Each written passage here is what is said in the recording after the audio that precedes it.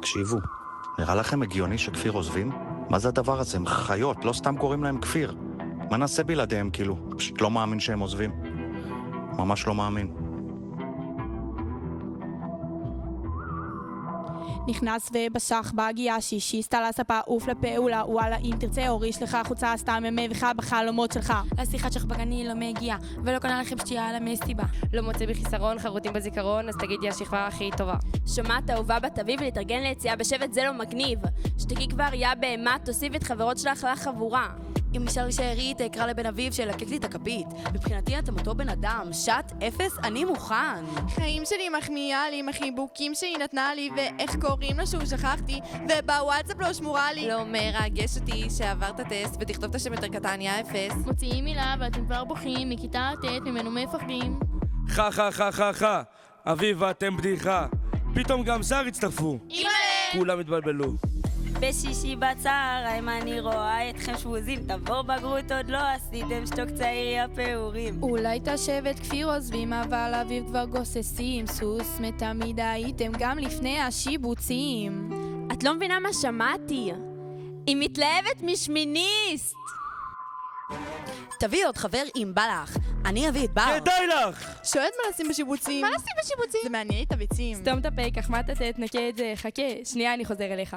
היי, לבני אביב היה קצת מוזר להיכנס לשכבגיה ולראות את הבלגן. אז החלטנו לעשות קצת סדר. אז הנה השינויים. העברנו את כל הכלים החד"פ למגירה המתאימה, ככה שמצאנו קצת מזלגות, שמענו שהיה מחסור, ופינינו ארון לגמרי בשביל עוד דברים לאחסן.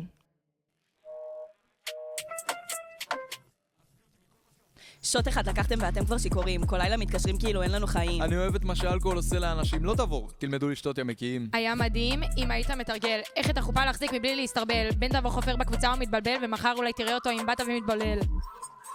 טוב, תורידי תורת חצופה, להדריך נעורים זה לא שיבוץ רע. שוב היא מרחלת למדריך שכבה, הוא בא לספר לי בריצה מצחיקה. כולם מדברים שהשבט לא ישרוד, שהאביבי ושמיניסטים לא ייתנו לכם כבוד. ואחרי שכבה כמובן לא תראו כאלה עוד, מי אתם?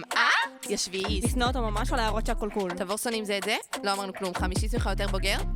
והבכי מתפרץ לו בברום. טוען ששכבת כפיר בא קבר, אומרים שאתה ילד זבל. הוא אמר שיש לי בעיה בנוכחות, אז אמרתי לו חכה לסבל.